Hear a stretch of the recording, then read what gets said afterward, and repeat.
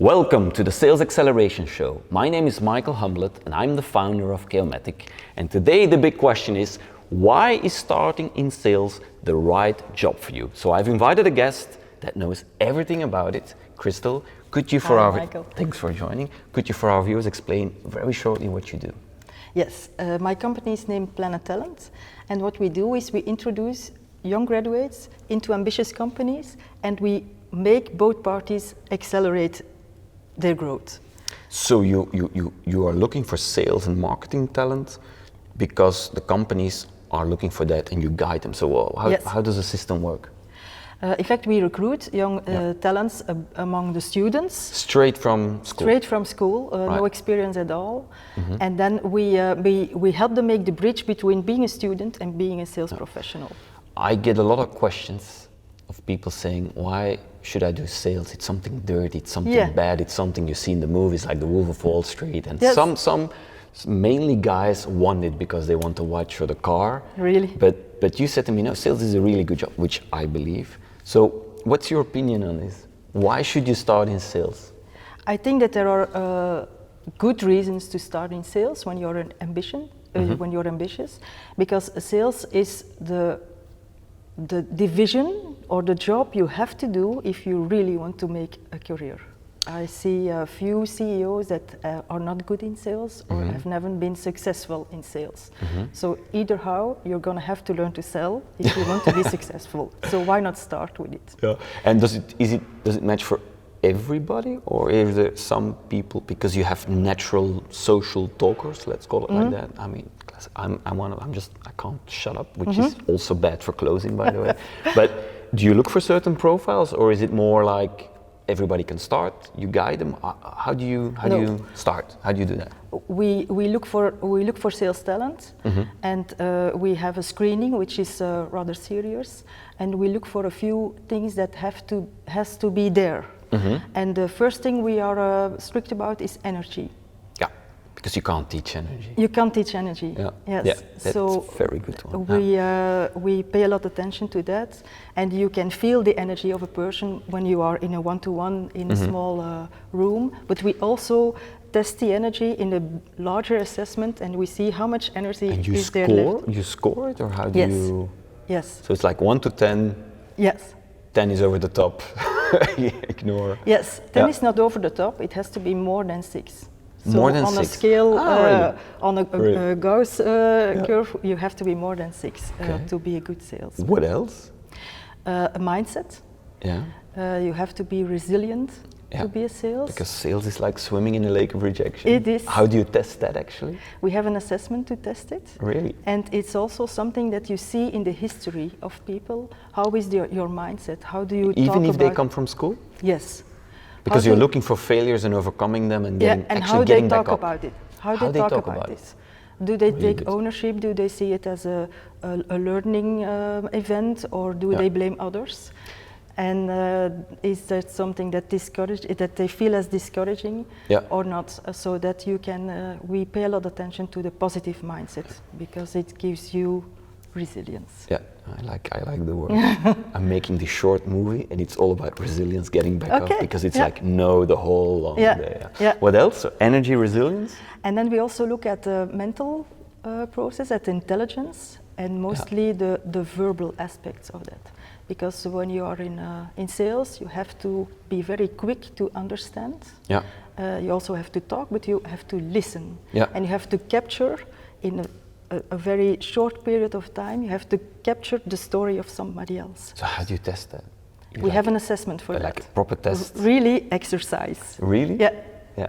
I tell you a true story that really happened. One day, very young, very green, I got invited for an American software company. I'm sitting in this office, the old office of Lernout and Houseby, by the way. Okay. And this guy suddenly says, okay, Michael, you want to do sales? Yeah, you have to be able to calculate very fast. So he goes like, okay, keep up with me. And he goes like, so my product is 10,000 euro. I'm going to buy 10 of those. And then I'm going to give 20% margin. And then I'm going to deduct 200. And then I'm going to add another 5. Okay. How much is it? And I just looked at him and I said, I think it's $150,000. And he says, that's completely wrong. That's way too much. I said, no, I took margin. He said, "You're We hired." hired you. So I understand Yes. that you have to be very quick, because you have to be very quick. Okay. Yeah. Are there like disqualifying criteria? Things that you really say that's behavior? Because sometimes sales are really over the top also. I see them and I have to calm them down. Yes, but it's easier to coach somebody to calm down Really? than to Here put is a energy ball, in it. squeezing it. Yes. I remember when I do assessments, because I do a lot of really senior profiles, so I made like a little list with, and one of the things that I try to test is coachability, because a lot of these guys, they know it all, they are better, and then I know, just forget it, you will be in trouble with the existing founders. Typically, Really? that's a match. Yes. So you also test coachability Yes. and all of these things. Yes, and that's something that we pay a lot of attention on, because they have to be confident on one side, but they also you have to keep them in the learning modus.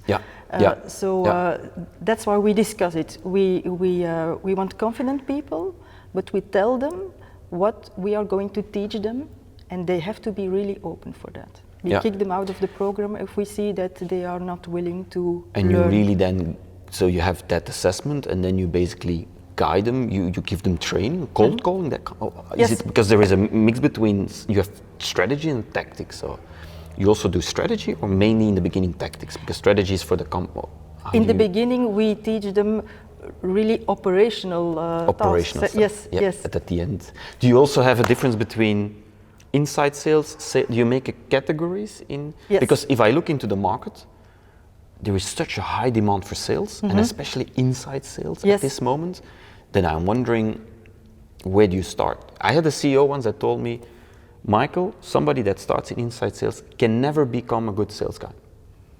Well, so what do you think about that? Do you agree or wouldn't agree? I think that inside sales can be a very good learning job to become a good sales. But I think that when you want to recruit a good inside sales, I agree with. Because you're looking for different. Because you're looking for different things. But I think that when you take a good sales talent, you put them in inside sales for 1 year, let's say. Like a start. Like a start. You teach them how to be on the phone, you teach them your business, you teach them your products, you teach them who your customers are.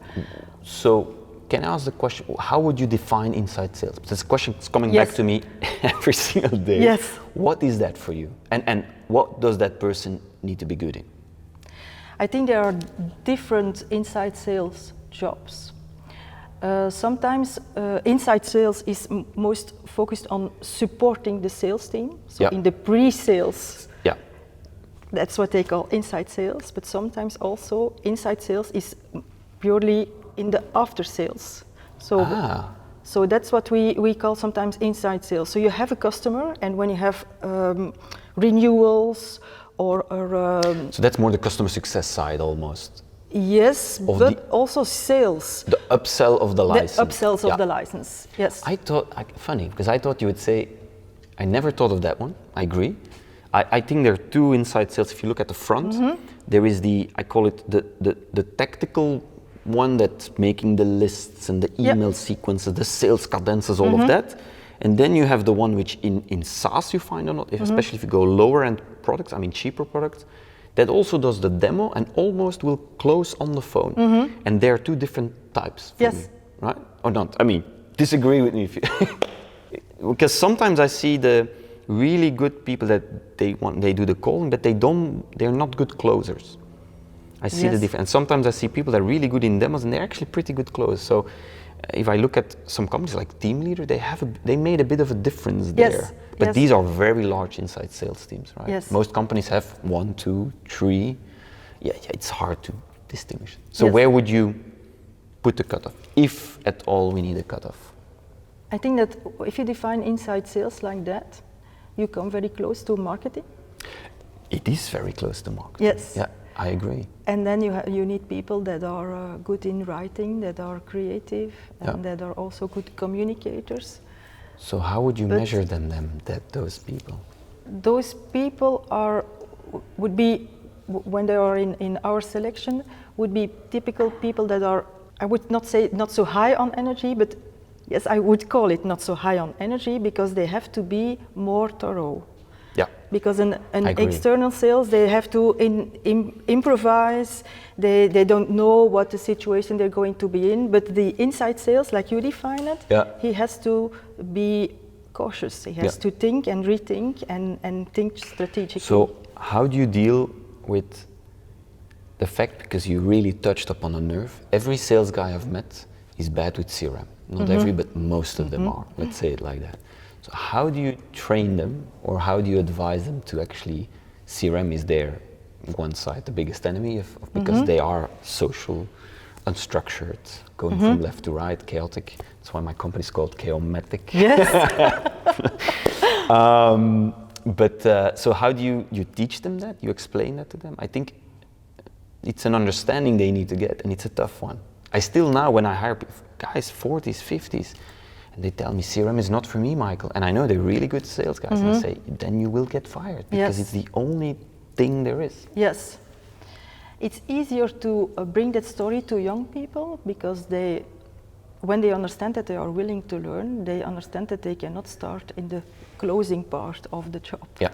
So we make them start in the beginning of the process, and we explain that if you cannot make a call and cannot get an appointment with the customer, you will never become a good salesman. So we see that eventually they want to get rid of it. Yeah. They want to grow in the true. They want to grow, and what we advise our customers is to see the beginning of the process as an entry point for new sales, and let's say educate them in how to sell. So and teach them also the discipline in what you need in the beginning of the sales cycle. You need a lot of discipline, you need resilience, you need to make these calls, you need to make sure it's that the machine. It's the machine. And the machine eats every day again and again and again and again. I think the most successful companies actually do that. They really build a machine. They sometimes overdo the machine, but I think I really believe so. So let's jump. So we looked at the students, people doing it. Let's jump at the company. So what can they realistically expect? Aren't there expectations sometimes too high or too low? Or? We see different situations at our customers. We have customers that are more enterprise company that have, let's say, we call it a mature sales team, and they have a team of very experienced sales reps that work side by side. They don't work together, they work side by side, and they are silos. Yes, like in silos, and they find it hard to find a next one or to replace a senior sales like that, and that's not the solution we provide with the junior sales. What we provide is somebody young that can focus on certain points in the sales process where you do not need those senior competences, and it's mostly in the prospecting phase. So making appointments, acquisition. I agree. So that gives you value immediately, because we see that those senior people, they are not so very fond of making those calls and doing this really acquisition efforts. So to speed up the engine, I always advise to people, I said, okay, you have your senior guy that actually lives on referral types of business, but you need to feed a bit with an inside sales. Also balance the team, because senior guys are expensive. Really? Yes. I always tell them, for one senior guy you can have 2-3 inside sales. I know it doesn't sound right, but actually that's the way that's the pyramid. Yes.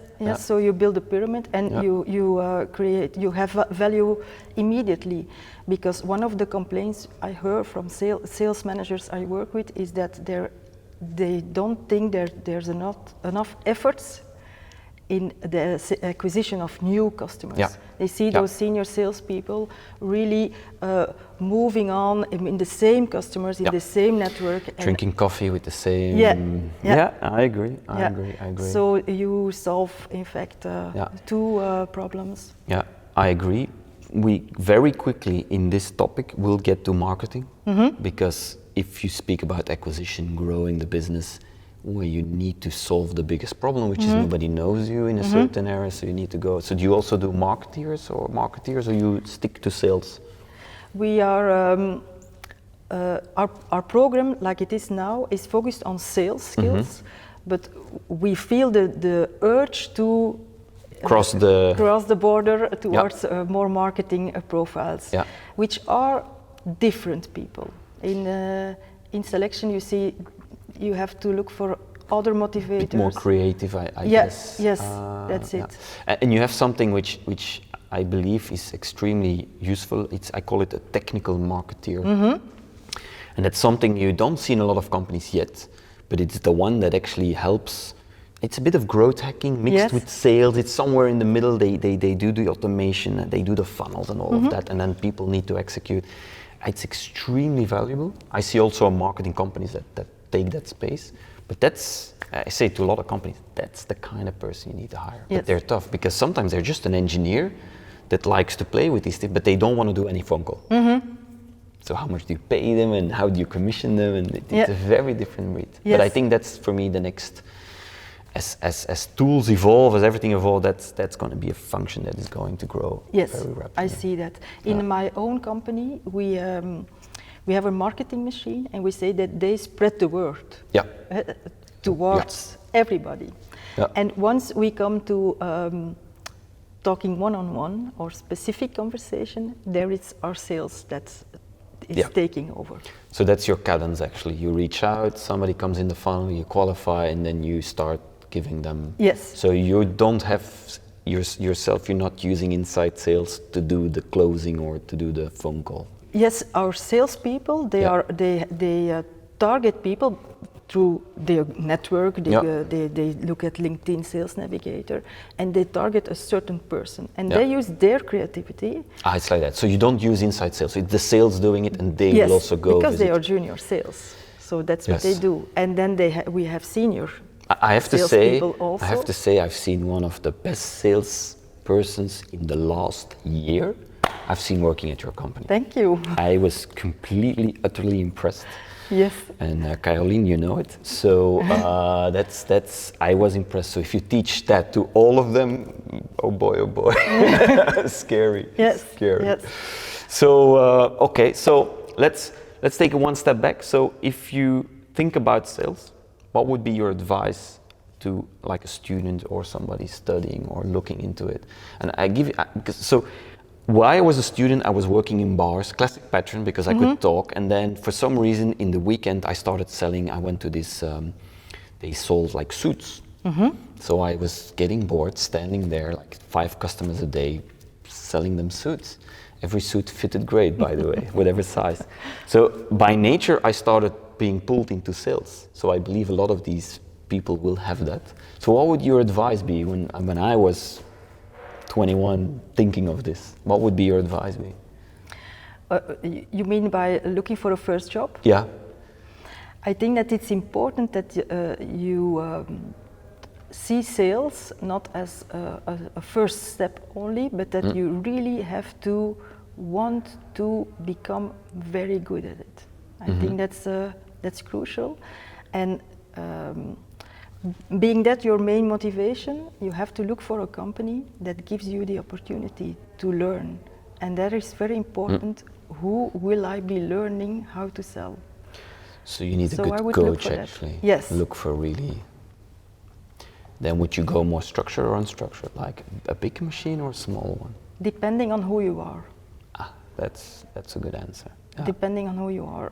Some people are like to work in a bigger machine, but others like more, they want to be more creative, they want to have more autonomy, and then you have to choose a smaller company. Yeah, we always have some rapid fire questions, so I'm taking my black Bible with all the difficult questions. The first one is, where do you get inspired? What do you read, or where do you go to websites to learn more, or to get inspired, actually? You inspire me. Oh, it's fantastic. I read a lot. Yeah. And one of the books I read about sales, which I liked a lot, is Give and Take. I don't remember who wrote it. We will put it down in the description. Okay. Because I haven't read it either, so I'm going to read it. You really have to read it. And it's in that book they really investigated what brings you the forest. You start giving, or you take. You take. Yeah. Or yes, and it's a really interesting book for everybody. And science-based, proper data. Yes. So I like that. And one of the latest book I read is Cy Wakeman wrote a book on. It's called No Ego, and it's something that for salespeople can be a challenge. It's important. Yeah. To put aside really the ego. nicely phrased. Yes. Yeah.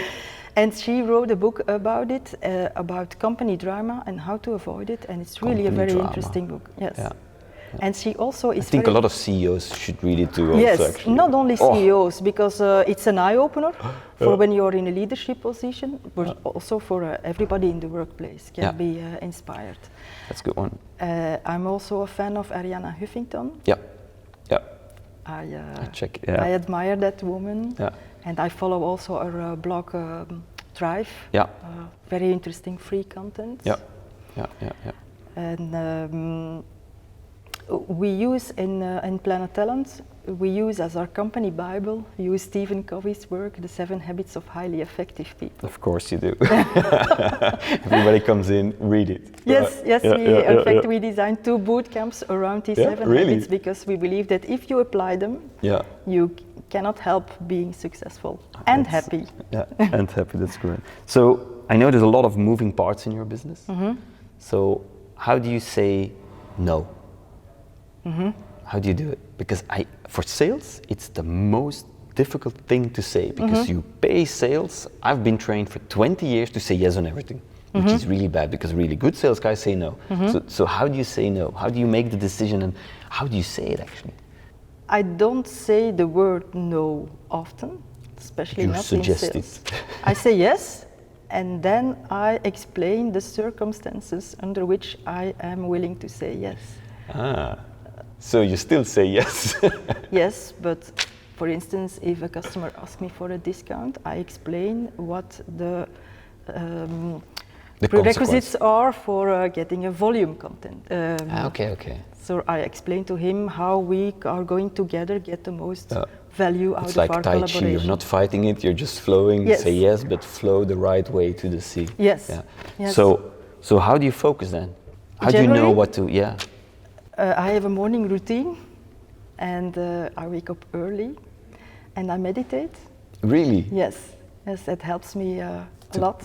Yeah. And then I make breakfast and then before I leave the office, I always go over my day and I think about what I want this day to bring me, what I want to establish, and that helps me to start with the focus. Very good one. So what has been the biggest failure up till now where you say, I should have done this differently? I made a lot of mistakes, of course, and still do. But what I would certainly do differently, if I could start over, is I would start sooner in building a sales team. I think that I spent too long being the only saleswoman in the company. And I think that's... So building a team, less operational, let others go and shine. And also when you want to teach others how to sell your product, you have to think differently about your product. Because when you're an entrepreneur, you sell your product because you love it so much. That's the problem with founders. To scale, because they think the company needs them all the time, which is a flaw. I mean, it should not be the case. It should not be the case. So you need to build the product properly. Yes, and it helps you become your product and your company and the way you sell it much more mature. So you shouldn't wait too long. You're giving me advice now, right?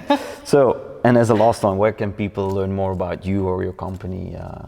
What should they follow? The website? Yes, we have a website, but we are also active on social media, LinkedIn and Facebook, also Instagram. And the website is? The website is planettalent.com. I want to thank you for coming to the show. Thank you. I love the topic. If you want to see a lot more shows, subscribe, and if you like what you've seen, give it a thumbs up. I see you next time.